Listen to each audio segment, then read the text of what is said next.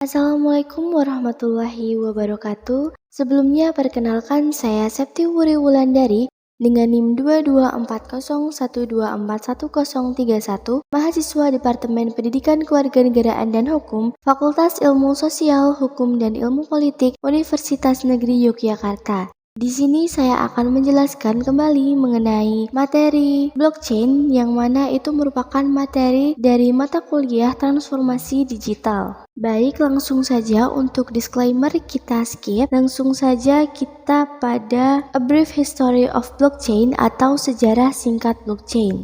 Jadi, pada tanggal 31 Oktober 2008, Satoshi Nakamoto merilis sebuah buku yang berjudul Bitcoin White Paper atau Buku Putih Bitcoin, yang mana pada buku tersebut menguraikan sistem transfer aset elektronik atau uang tunai elektronik peer-to-peer murni. Buku tersebut adalah implementasi populer pertama dari blockchain dan dianggap sebagai kelahiran industri blockchain saat ini. Setelah buku tersebut, banyak pula blockchain tambahan yang telah dipopulerkan seperti Ethereum dan lainnya, buku besar hipersolusi proyek, serta banyak lainnya termasuk solusi seperti blockchain seperti Quartz Times KSI Products. Kemudian untuk blockchain sendiri itu terdiri dari beberapa sistem. Yang pertama yaitu transaction atau transaksi, kemudian immutable ledgers atau buku besar yang tidak dapat diubah, kemudian decentralized peer atau rekan-rekan yang terdesentralisasi, lalu encryption process atau proses enskripsi, lalu konsensus mechanism atau mekanisme konsensus, dan juga yang terakhir yaitu optional smart contracts atau kontrak cerdas opsional. Yang pertama yaitu transaction. Jadi blockchain is a historical archive of decision and action taken, atau blockchain adalah arsip sejarah dari keputusan dan tindakan yang diambil. Untuk proof history-nya atau bukti sejarahnya yaitu seperti yang sudah terpapar di bawah ini, yaitu ada land registration atau pendaftaran tanah seperti menggantikan persyaratan penelitian akte atau pendaftaran tanah yang ada di Swedia.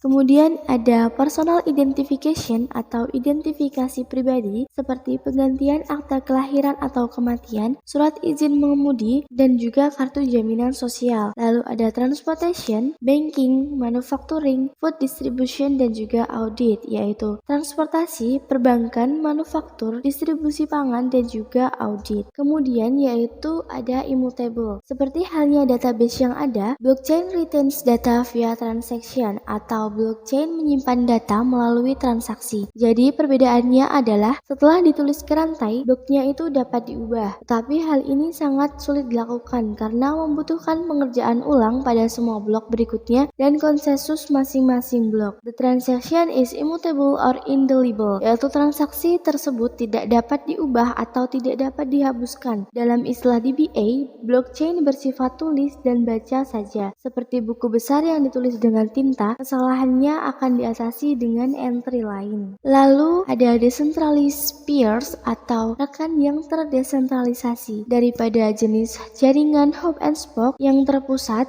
blockchain ini adalah jaringan peer-to-peer yang terdesentralisasi, di mana setiap noda mempunyai salinan buku besarnya. Seperti di sebelah kiri, yaitu menunjukkan legacy network centralized DB, kemudian di sebelah kanan yaitu menunjukkan gambar blockchain network distributed ledgers. Yang selanjutnya yaitu ada encryption atau enskripsi, yang mana itu adalah praktik enskripsi standar. Beberapa blockchain juga sudah mengizinkan BYOE, yaitu Bring Your Own Encryption. Hanya sebagus inovasi perangkat keras berikutnya, semua blok dienkripsi. Beberapa blockchain ada yang bersifat publik dan ada juga yang bersifat pribadi. Untuk blockchain yang bersifat publik masih dienkripsi namun dapat dilihat oleh publik. Misalnya https www.blocktrail.com BTC. Kemudian untuk blockchain pribadi menggunakan hak pengguna untuk visabilitasnya. Misalnya yaitu pelanggan yaitu menulis dan melihat semua data. Auditor itu dapat melihat semua transaksi, kemudian pemasok A yang menulis dan melihat data mitra A, dan kemudian juga pemasok B yang menulis dan melihat data mitra B. Lalu ada konsensus yang memastikan bahwa blok berikutnya dalam blockchain adalah satu-satunya versi kebenaran, atau the next block in a blockchain is the one and only version of the truth. Itu untuk mencegah musuh kuat menggagalkan sistem dan berhasil memutus rantai. Nah, di bawah ini ada beberapa mekanisme konsensus konsensus yang terdiri dari proof of work atau bukti kerja, proof of state atau bukti negara, proof of elapsed time atau bukti waktu yang telah berlalu, proof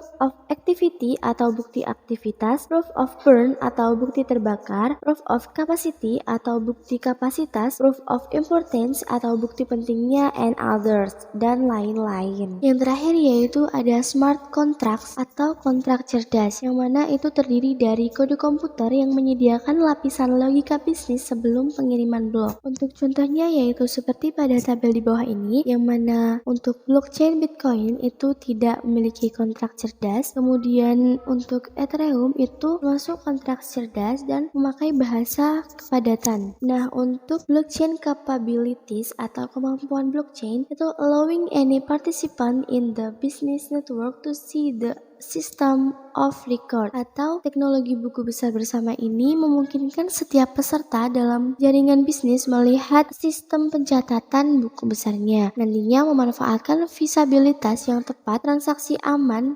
diautentikasi dan dapat diverifikasi. Lalu all parties agree to network verified transaction atau semua pihak menyetujui transaksi terverifikasi jaringan. Lalu istilah bisnis tertanam dalam database transaksi dan dieksekusi dengan transaksi. Untuk esensi blockchain sendiri, yang pertama yaitu a business problem to be solved. Yang di bawahnya ada that cannot be solved with more mature technologies. Artinya masalah bisnis yang harus dipecahkan. Jadi hal ini tidak dapat diselesaikan dengan teknologi yang lebih matang. Lalu yang kedua ada an identifiable business network with participants, asset, and transaction, yaitu jaringan bisnis yang dapat diidentifikasi dengan peserta, aset, dan transaksi. Tiga yaitu a need for trust, yaitu ada konsensus, immutability, finality, or provenance, yaitu kebutuhan akan kepercayaan, yang mana ada konsensus, kekekalan, finalitas, atau asal. Kemudian untuk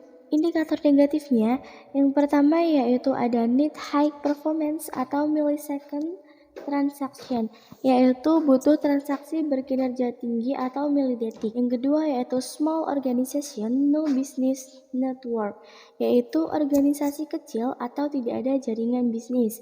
Yang ketiga yaitu looking for a database replacement atau mencari pengganti database. Yang keempat yaitu looking for a messaging replacement atau mencari pengganti perpesanan. Yang kelima yaitu looking for transaction processing replacement atau mencari pengganti pemrosesan transaksi. Keenam yaitu process and metric are not clear within the ecosystem atau proses dan metrik dalam ekosistem tidak jelas. Lalu kemudian yang terakhir ada value, velocity, and or variability are not present, yaitu nilai, kecepatan, dan atau variabilitas tidak ada. Itu tadi merupakan penjelasan mengenai materi blockchain yang mana merupakan salah satu materi dari mata kuliah transformasi digital. Semoga materi tersebut dapat bermanfaat untuk kita semua. Untuk kurang lebihnya mohon maaf. Sekian yang dapat saya sampaikan. Wassalamualaikum warahmatullahi wabarakatuh.